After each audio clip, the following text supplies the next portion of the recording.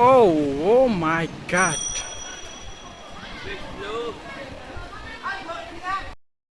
সূর্যদ্বীপ বাজারে যাওয়ার পর প্রথমে আমরা হাঁস মুরগির বাজারে গিয়েছিলাম, দেন আমরা গিয়েছিলাম মাছের বাজারে, অ্যান্ড সবার শেষে আর কি যাওয়া হয়েছিল গরুর বাজারে।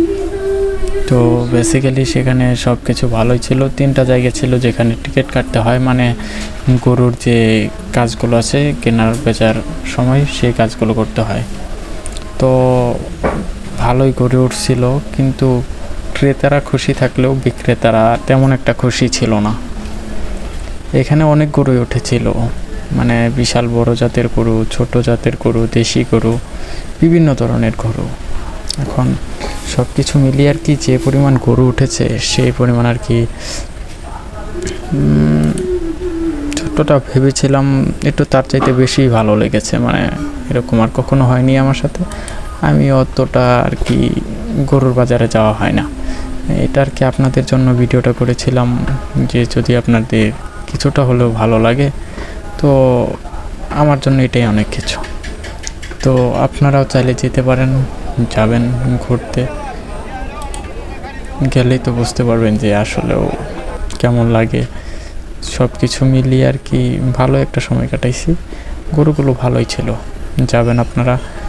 তারাকান্দি বাজার থেকে বেসিক্যালি মেবি 10 টাকা ভাড়া লাগে, খুব বেশি টাকা যে বিষয়টা এরকমও না, টাকা কিন্তু খুব বেশি না, মোটামুটি স্বাভাবিকের মধ্যে আছে। আমি আশা করি যে আপনারা বুঝতে পারছেন বিষয়টা। তো ছাগলের বাজারে সবার শেষে গিয়েছিলাম, তো সেটার কিছু এক্সাম্পল এখানে আছে, তো আপনারা দেখতে পারেন চাইলে।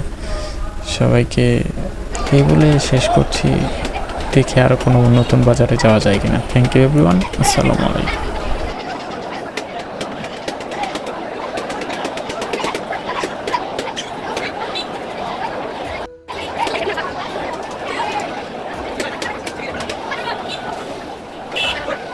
গরু কি কিনা নিয়ে এলেন ফেরত? কত দাম করলো?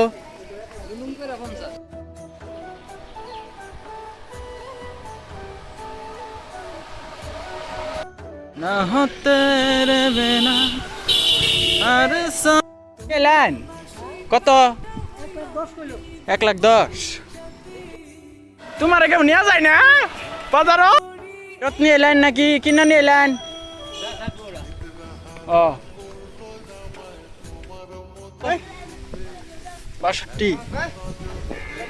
65,000 টাকা দাম, অনেক দাম বেশি।